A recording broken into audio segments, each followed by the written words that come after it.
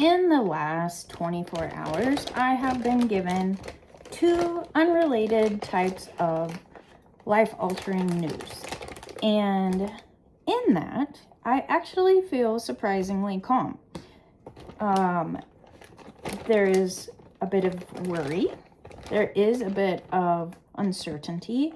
And considering the fact that they both are leading to unknown territory, the question of what's going to happen is weighing heavily on my mind. One of them revolves around my living situation, and I get to find a new place to live, and luckily I have a couple months to figure that out. Yet in the same aspect, it's one of those things that I have been actually looking for a new place for a while, and now it's becoming real. And it's that fear and that worry with the cost of things, with the cost of moving, with not being 100% sure if I want to stick in the same area or if I want to move on to the next place, because I typically only stay in one place for about 5 years, and I'm going on like 7 here. So in reality, it is, from my typical pattern, time to move on to the next spot. Though I've also realized, like within that pattern, is whenever I used to bounce around, I would just start over the exact same way that I had previously.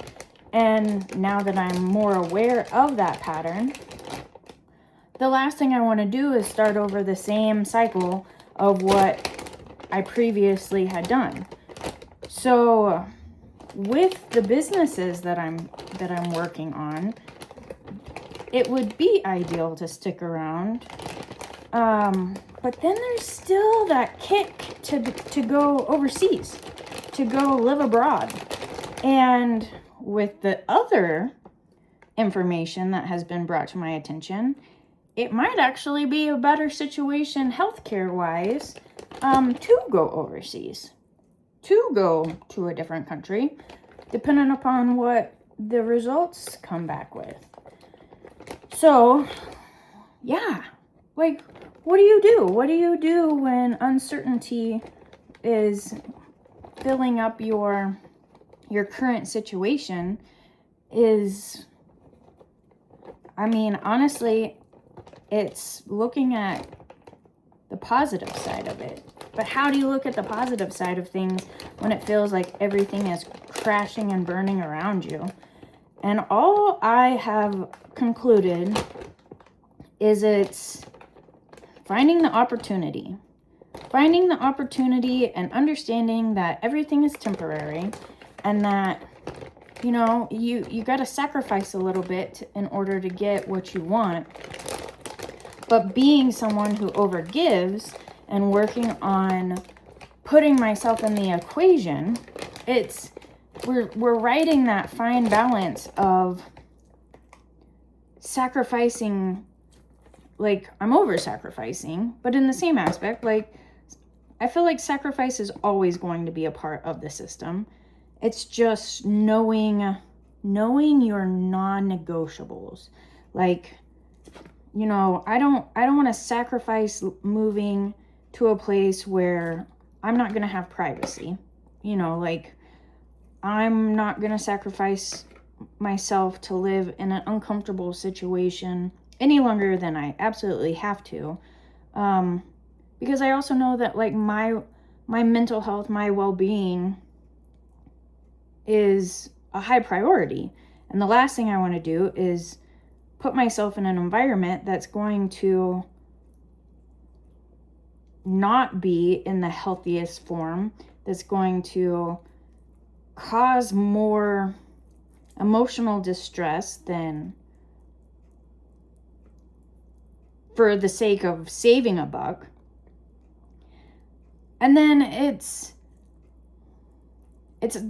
goes back into finding the opportunity in it. And so maybe, not that I'm going to go find a commune, but you never know. Maybe the fact of, like, surrounding myself with a whole bunch of new people and living in close quarters would be good for my little bit of being timid around other people. It would be that high exposure that, again, would be temporary, but I could learn a lot from. I could gain a lot from that. And as long as I kept a positive outlook of finding the benefit of it, utilizing it for an exercise, if you will, to get more comfortable around people, to practice my connection skills, then, that could actually create a ripple effect of moving forward. Like that exposure could change so much for me and what I do moving on. So, it's all in how you look at it. And I know that it's so easy to get wound up in how terrible things are, how terrible it is to lose the comfort of what you know and step into, the complete unknown. But you can't find what you're looking for if you're consistently in the same area, in the same routine day by day. And I'm seeing this as an opportunity, as a fun little experiment, and I'm kind of excited, not to get super woo-woo on anything, but if you go into, if you're familiar with vibration and like attracting what's meant for you, that's something else that I'm keeping in mind too, where like the living situation was brought to mind yesterday, and I almost did my typical like rush and try to find something right this instant, but I kind of sat on it, and I've just kind of been thinking about it, because I have a couple opportunities, a couple places that could potentially work, but I also know, like, me rushing into stuff of what I know sometimes leaves me out in the cold for what I don't know, and that what I don't know could be 10 times better than what I did know. So going back to the vibration, like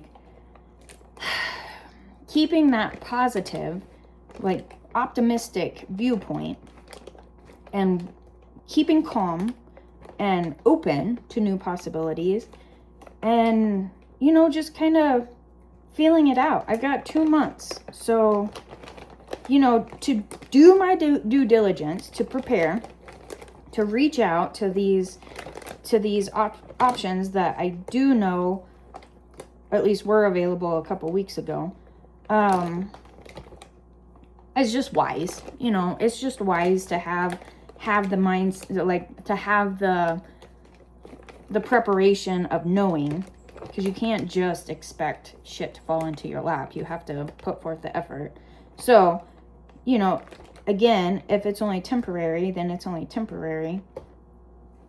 So, but yeah, I'm, as slow of a progress as it sometimes feels, I have to say that doing this work of listening to myself and getting to know like what feels right and what doesn't feel right, and just really working, I hate to say the nervous system, but that's where you allow yourself to grow into capacity instead of the survival freak out and like rush to get everything figured out.